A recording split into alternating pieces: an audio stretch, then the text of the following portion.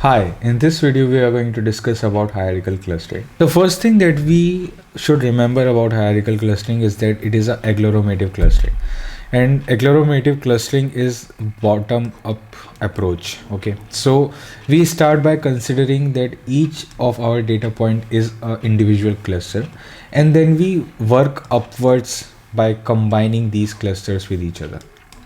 Okay, so this is our approach with hierarchical clustering. The thing, the first thing that we do in hierarchical clustering is we create a distance matrix. Okay, so consider the graph on the right with 5 data points we have considered. The distances between each of the data points can be arranged in the distance matrix. So this is a distance matrix that we create in hierarchical clustering, and what it contains is the distances between each data point with each other. So as you can see, we have a B C D here and we have A B C D here, and this particular portion, as you can see, is actually redundant. Okay, this is redundant. The actual distance is only given by these values. Okay, so the distance between B and A, the distance between C and B. So this is the matrix that we create.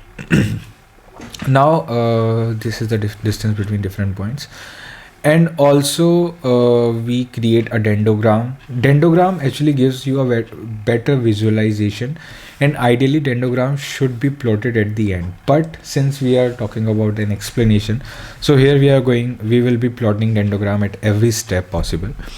Thumb rule for hierarchical clustering is that combine two nearest cluster. Okay, in the distance matrix, see what two clusters are closest to each other, combine them, and then iterate till the stopping condition is satisfied. Keep on combining the closest cluster till the stopping condition is satisfied. Okay, so we'll start with the algorithm. In this starting, we have each data point is initially considered as a cluster, and hence initially we have 5 clusters because we have 5 data points. Then the Euclidean distance between each data point is calculated, and it is represented in the distance matrix as shown below.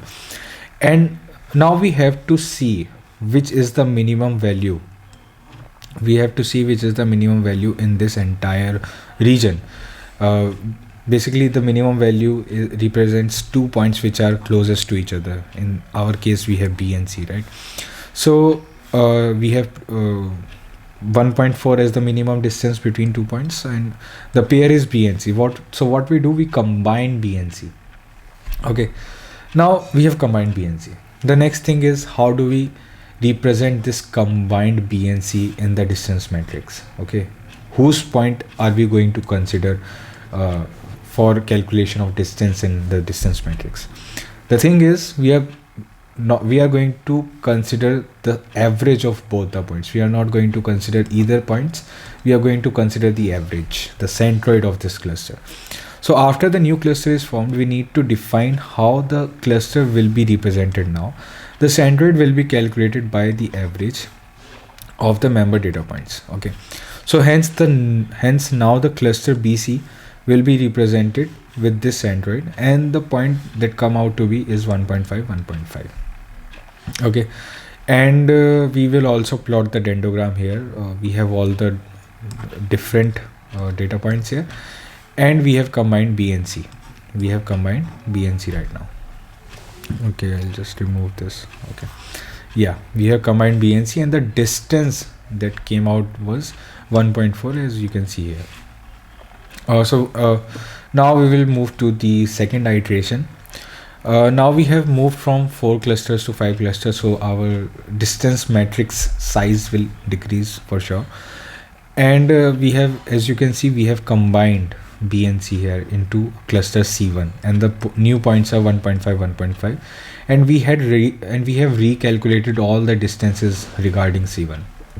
Okay, now the next thing that we do is we choose the new cluster, the new minimum distance value, and we found the new pair as A and C1. A and C1 are the new clusters that we have found, and we combine them and we recalculate the centroid value. The new centroid C2, which is a combination of A, B and C, come out to be 1 comma 1. Okay, so now our cluster have gone from 5 to 3. Okay, so initially there were 5 different clusters, every point was a different cluster. Now we are moving upwards, reducing the number of clusters, right? Combining the clusters basically. And the update that we have in our dendrogram is BC was already a cluster, then we have joined A as well at the distance of 2.1. Okay, then we have a new distance matrix representing C2. We have AB representing ABC. We have C2, and the points are 1 comma 1. Now once again we choose the minimum value, which comes out to be 3, and right now the point that we are going to combine is E. Okay, and this process goes on. Okay, this process goes on until the stopping condition is met, and this is how the dendrogram will look. Eventually we initially had B and C, then we had A, then we clubbed E also at the distance of 3, and finally we will be clubbing D. This is how the dendrogram is going to look like. So this was about a very introductory basic of hierarchical clustering. In the next video we are going to talk about stopping condition. We are going to talk a little bit more about the stopping condition and some different techniques of hierarchical clustering.